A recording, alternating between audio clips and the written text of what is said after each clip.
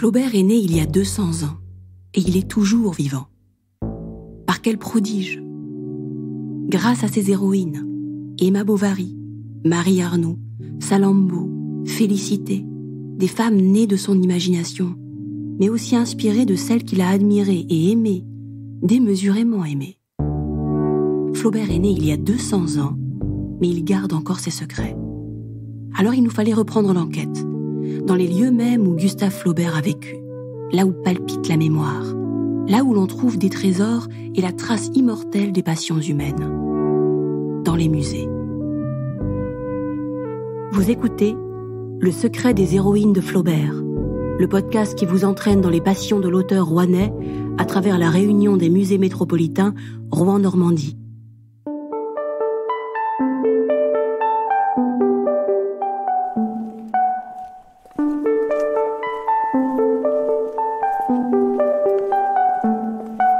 Au musée des Antiquités se cachent deux femmes clés de la vie et de l'œuvre de Gustave Flaubert. La courtisane Kouchoukanem, avec laquelle il vivra en Égypte une aventure sensuelle et sentimentale qui le marquera au fer rouge, et Salammbô, la princesse carthaginoise par la grâce de laquelle il réinvente une antiquité pleine de fureur et de splendeur.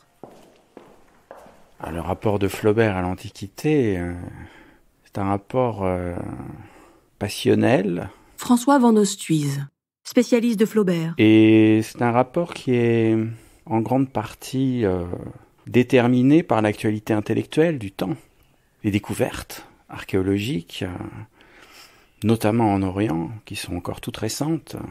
Je veux dire, Champollion est capable d'interpréter les hiéroglyphes en 22, je crois, en 1822, donc simplement un an après la naissance de Flaubert. Et ça, cette actualité complète ce qu'a été tout simplement son apprentissage de jeune Français, de bonne famille.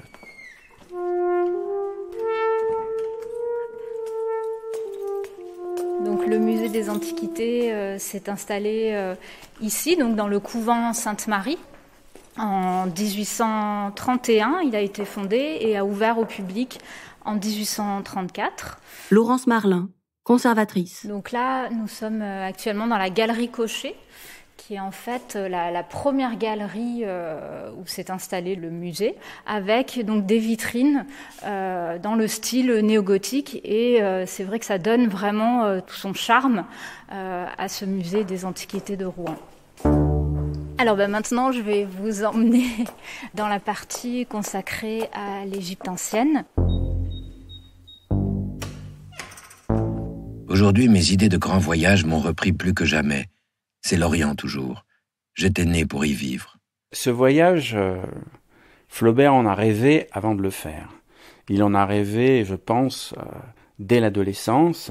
Il écrit très tôt un conte oriental. Il écrit très tôt, dans la première éducation sentimentale, le personnage principal part pour l'Orient, à la toute fin du roman. Donc c'est quelque chose qu'il a projeté, mais qu'il n'a pas la possibilité matérielle de faire. Quand même une entreprise très compliquée. Et le personnage qui vraiment permet à Flaubert de voyager en Orient, c'est Maxime Ducamp. L'un, Ducamp a un projet sérieux d'écriture qui est relatif au voyage. Et il a aussi, comme vous le savez, un projet photographique qu'il réalise et qui, à mon avis, est de premier ordre. Flaubert a plutôt l'intention, je pense, de prendre des notes, et c'est ce qu'il fait. Ces notes sont rassemblées sous le titre « Voyage en Orient », mais en fait, il a plutôt des projets à long terme de fiction orientale.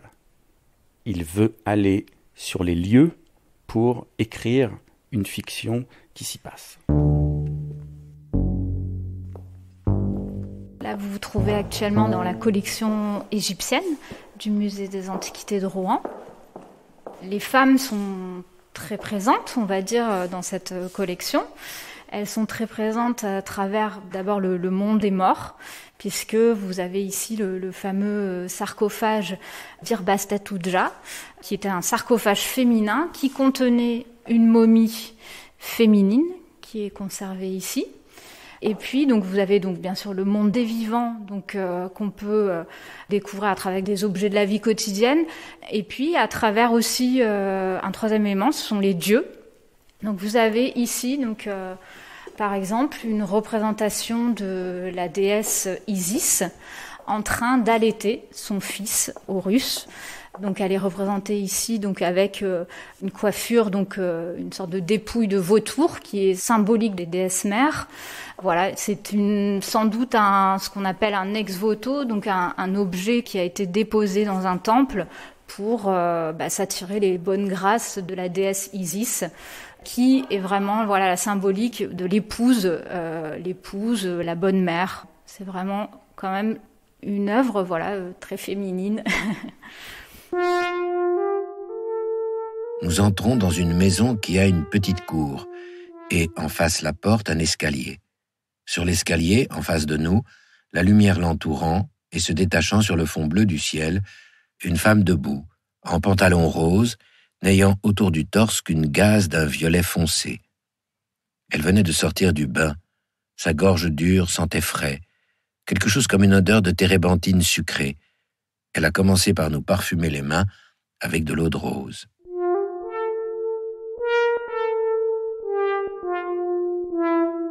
Là, vous avez donc ce qu'on appelle le petit cabinet de toilette. Il présente un ensemble d'objets liés à la parure ou au corps.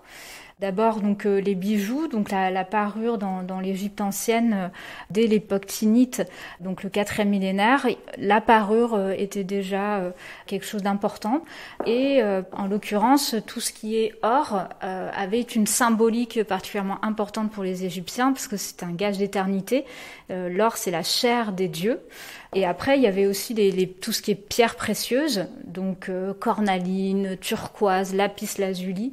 Et ces pierres précieuses, elles étaient choisies à la fois pour leur couleur, elles étaient choisies pour leur poli, mais aussi pour leur valeur médicale, leur rôle prophylactique. Et par exemple, vous avez ici une bague, donc en forme de scarabée. Donc le scarabée, c'est un symbole de renaissance. Donc on est ici vraiment dans la symbolique de la vie. Donc c'est un instrument de protection, ce bijou. Kuchiokanem est une grande et splendide créature. Ses yeux sont noirs et démesurés, ses narines fendues, larges épaules solides, seins abondants, pommes. Elle portait un tarbouche large garni au sommet d'un disque bombé, en or, au milieu duquel était une petite pierre verte imitant l'émeraude. Le gland bleu de son tarbouche était étalé en éventail, descendait et lui caressait les épaules. Devant le bord du tarbouche, posée sur les cheveux et allant d'une oreille à l'autre, elle avait une petite branche de fleurs blanches, factice. Ses cheveux noirs frisants, rebelles à la brosse, séparés en bandeaux par une raie sur le front, petite tresse allant se rattacher sur la nuque, elle a une incisive d'en haut côté droit qui commence à se gâter.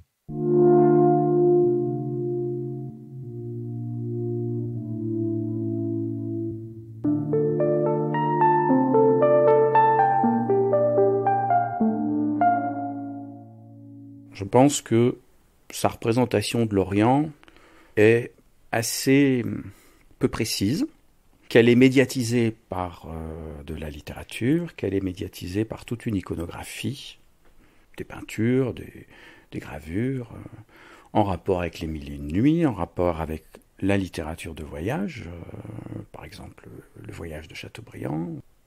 Et quand il rêve de femmes orientales, il rêve de femmes, je pense, disponibles sexuellement, couvertes en effet de bijoux. Je pense que dans sa représentation, une prostituée orientale est nécessairement une sorte de princesse et réciproquement, une princesse orientale est nécessairement une personne susceptible de procurer les plus grands plaisirs sensuels possibles. Donc ce sont des lieux communs. Et ces lieux communs, ma foi, les prostituées, les maquerelles et les maquereaux égyptiens, en l'occurrence, les connaissent et les entretiennent. Alors dans ce cabinet de toilette, vous avez aussi plusieurs objets en lien avec le corps. On sait que l'hygiène était quand même quelque chose de particulièrement important pour les Égyptiens. C'est Hérodote notamment, l'historien grec, qui nous en parle et qui nous dit qu'ils se lavaient 2 fois par jour et 2 fois par nuit. Mais on a ce qui est vraiment typique de l'Orient et qui est typique aussi de la civilisation égyptienne, l'utilisation de fards, de maquillage et notamment du khôl. Donc vous avez ici un étui en bois avec un petit stylet au centre et donc ça permettait de se maquiller donc les yeux. Et vous avez notamment des amulettes comme celle-ci d'ailleurs, l'œil Udjat, qui montre bien justement comment on se maquillait donc le tour de l'œil. Et cet œil Udjat a une forte symbolique puisque en fait il représente l'œil d'Horus qui a été arraché par le dieu Seth et que lui a rendu un autre dieu, Thoth, grâce à différentes interventions magiques et grâce aussi à l'intervention de sa mère Isis. Kushukanem est une prostituée et on dit courtisane souvent dans les commentaires pour la distinguer. Non, je pense que c'est une prostituée, alors un peu plus luxueuse que les autres, plus propre, plus richement habillée. Il la rencontre entre Luxor et Assouan, donc c'est pas une grande courtisane, ça certainement pas. Mais bon, elle est couverte de bijoux et elle danse. Visiblement, c'est ça le service qui est rendu par les prostituées qui travaillent pour les Européens. Et donc le service, c'est d'une part des danses et d'autre part du sexe. La danse de Kutchuk est brutale comme coup de cul. Pour danser, elle met comme ceinture pliée en cravate un châle brun à raies d'or avec 3 glands suspendus à des rubans. Elle s'enlève tantôt sur un pied, tantôt sur l'autre, chose merveilleuse. Un pied restant à terre, l'autre se levant, passe devant le tibia de celui-ci, le tout dans un saut léger. J'ai vu cette danse sur des vieux vases grecs. Moi, quand j'ai lu ça, j'ai tout de suite pensé au cortège dionysiaque avec l'image de la Ménade, des satyres qui sont en train de danser autour de Dionysos. Justement, nous sommes ici dans la partie grecque de la collection. On a la chance au musée des Antiquités de Rouen de conserver une collection exceptionnelle de vases grecs. J'ai pensé d'abord à cet amphore en fait à figure noire. Donc c'est là que du coup on découvre sur cette face historiée, ce tableau, à la fois donc un cortège dionysiaque, donc avec Dionysos au centre, le dieu que l'on reconnaît donc à sa couronne de lierre. À côté de lui, donc, vous avez 2 personnages. Le satyre, qui est un personnage hybride mi-homme, mi-animal, que l'on reconnaît à ses oreilles pointues, sa queue chevaline, et qui a très souvent, le sexe en érection. Et puis, les femmes qui sont aux côtés de Dionysos, on les appelle des ménades. Et ces ménades, elles ont la caractéristique d'être souvent en train de danser, de gesticuler. Elles sont frappées de ce qu'on appelle la mania, c'est-à-dire la folie du dieu. Donc c'est suivants, le cortège de suivants de Dionysos. Quand il a fallu partir, je ne suis pas parti. Kutchuk ne se souciait guère de nous garder la nuit chez elle, de peur des voleurs qui auraient bien pu venir, sachant qu'il y avait des étrangers dans sa maison. Maxime est resté tout seul sur un divan, et moi je suis descendu au rez-de-chaussée dans la chambre de Kutchuk. Nous nous sommes couchés sur son lit fait de cannes de palmier. Une mèche brûlait dans une lampe de forme antique suspendue à la muraille. Je l'ai sucée avec rage. Son corps était en sueur. Elle était fatiguée d'avoir dansé. Elle avait froid. Je l'ai couverte de ma pelisse de fourrure, et elle s'est endormie, les doigts passés dans les miens. Pour moi, je n'ai guère fermé l'œil. J'ai passé la nuit dans des intensités rêveuses infinies. C'est pour cela que j'étais resté. En contemplant dormir cette belle créature qui ronflait la tête appuyée sur mon bras, je pensais à mes nuits de bordel à Paris, à un tas de vieux souvenirs, et à celle-là, à sa danse, à sa voix qui chantait des chansons sans signification ni mots distinguables pour moi. Cela a duré ainsi toute la nuit. À 3 heures, je me suis levé pour aller pisser dans la rue. Les étoiles brillaient. Le ciel était clair et très haut. Flaubert est quelqu'un qui est, me semble-t-il, toujours habité par le souvenir. Donc, Flaubert rapporte de son voyage en Orient des notes, mais il rapporte surtout des souvenirs. Mais je pense des souvenirs qui ont une profondeur et un retentissement émotionnel très grand. François Van Osthuize. Salammbô n'est pas nourri du voyage en Orient, dans la mesure où Salammbô décrit un tout autre Orient, un Orient antique, qui décrit une toute autre société que la société égyptienne, à majorité musulmane, mais qui est aussi un peu arménienne, un peu juive, qu'il a vue. Mais aucun commentateur ne pourra dire que le voyage Orient n'a compté pour rien dans l'écriture de Salammbô. Ça n'aurait pas de sens.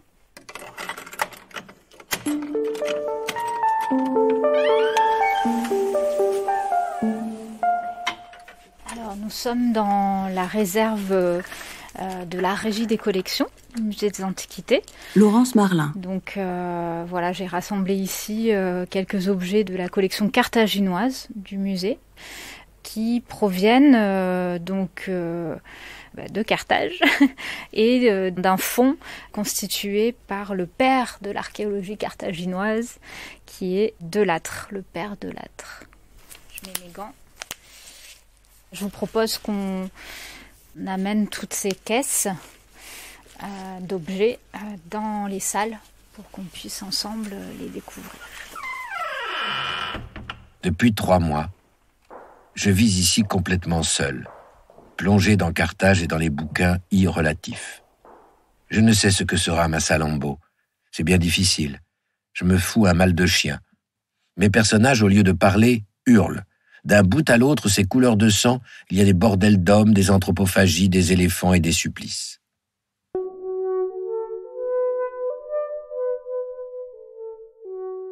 C'était à Mégara, faubourg de Carthage, dans les jardins d'Hamilcar. Les soldats qu'il avait commandés en Sicile se donnaient un grand festin pour célébrer le jour anniversaire de la bataille d'Eryx. Et comme le maître était absent et qu'ils se trouvaient nombreux, ils mangeaient et ils buvaient en pleine liberté. Les capitaines, portant des cothurnes de bronze, s'étaient placés dans le chemin du milieu, sous un voile de pourpre à franges d'or, qui s'étendait depuis le mur des écuries jusqu'à la première terrasse du palais. Le commun des soldats était répandu sous les arbres, où l'on distinguait quantité de bâtiments à toit plat, pressoirs, celliers, magasins, boulangeries et arsenaux, avec une cour pour les éléphants, des fosses pour les bêtes féroces, une prison pour les esclaves. La nuit tombait. On retira le vélarium étalé sur l'avenue des Cyprès et l'on apporta des flambeaux. Salammbô. Alors, moi je parlerai peut-être de la lumière et de ces lampes.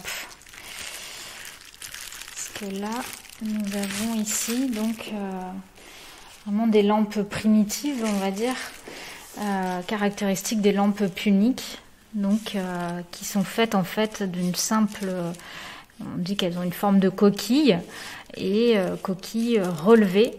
Ici, on a deux bords qui sont relevés et pincés, 2 extrémités pincées pour former des tubes dans lesquels passent les mèches de jonc qui permettent d'allumer la lampe. Les lueurs vacillantes du pétrole qui brûlait dans des vases de porphyre effrayèrent, au haut des cèdres, les singes consacrés à la lune. Ils poussèrent des cris, ce qui mit les soldats en gaieté. Effectivement, la lumière joue un rôle très important dans le roman de Salammbô. Et à travers la lumière et les parfums, on a aussi donc cet objet donc qui est un encensoir qui est constitué en fait de 2 vasques superposées. Et donc cet encensoir donc servait probablement à brûler des parfums ou pouvait servir aussi de lampe à huile, tout simplement. Donc ces odeurs de parfum, la lumière, voilà, tout ça, ça évoque aussi beaucoup l'Orient. Le palais s'éclaira d'un seul coup à sa plus haute terrasse. La porte du milieu s'ouvrit, et une femme, la fille d'Amilcar elle-même, couverte de vêtements noirs, apparut sur le seuil. Elle descendit le premier escalier qui longeait obliquement le premier étage, puis le second, le troisième, et elle s'arrêta sur la dernière terrasse, au haut de l'escalier des galères. Immobile et la tête basse, elle regardait les soldats. On peut aussi sortir peut-être d'autres types d'objets qui sont aussi caractéristiques, qui montrent un petit peu aussi que les Carthaginois ont aussi beaucoup assimilé, par exemple, des cultes. On a l'exemple ici de petites amulettes qui ont été aussi retrouvées dans des tombes carthaginoises. Alors, je vais l'ouvrir. Voilà. On a ici un ensemble de petites perles qui sont essentiellement faites en pâte de verre, de différentes natures. On a, par exemple ici, on reconnaît la déesse Touéris. Donc, elle avait une tête d'hippopotame, un corps d'hippopotame, une queue de crocodile et des pattes de lion. Derrière elle, de chaque côté, se tenaient 2 longues théories d'hommes pâles, vêtus de robes blanches à franges rouges qui tombaient droit sur leurs pieds. Ils n'avaient pas de cheveux, pas de sourcils. Dans leurs mains étincelantes d'anneaux, ils portaient d'énormes lyres et chantaient tous, d'une voix aiguë, un hymne à la divinité de Carthage. C'étaient les prêtres eunuques du temple de Tanit, que Salammbô appelait souvent dans sa maison. Et on voit ici que effectivement il y avait des cultes égyptiens ou égyptisants, et cette idée que ces amulettes donc avaient un pouvoir magique protecteur. Donc de la même manière que les lampes qui accompagnaient le défunt dans l'au-delà, donc, et qui jouaient aussi un rôle protecteur contre les ténèbres, on pouvait être accompagné ici de bijoux, de petites amulettes égyptiennes qui du coup jouaient aussi ce rôle. Enfin, elle descendit l'escalier des galères. Les prêtres la suivirent. Elle s'avança dans l'avenue des cyprès, et elle marchait lentement entre les tables des capitaines qui se reculaient un peu en la regardant passer. Sa chevelure, poudrée d'un sable violet et réunie en forme de tour selon la mode des vierges cananéennes, la faisait paraître plus grande. Des tresses de perles attachées à ses tempes descendaient jusqu'au coin de sa bouche, rose comme une grenade entr'ouverte. Il y avait sur sa poitrine un assemblage de pierres lumineuses, imitant par leur bigarrure les écailles d'une murène. Ses bras, garnis de diamants, sortaient nus de sa tunique sans manches, étoilée de fleurs rouges sur un fond tout noir. Elle portait entre les chevilles une chaînette d'or pour régler sa marche, et son grand manteau de pourpre sombre, taillé dans une étoffe inconnue, traînait derrière elle, faisant à chacun de ses pas comme une large vague qui la suivait. Les prêtres, de temps à autre, pinçaient sur leur lyre des accords presque étouffés.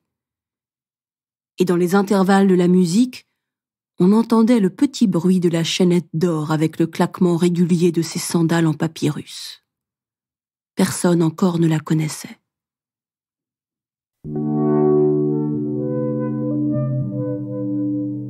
Le secret des héroïnes de Flaubert, un podcast écrit et réalisé par Martin Kénéen.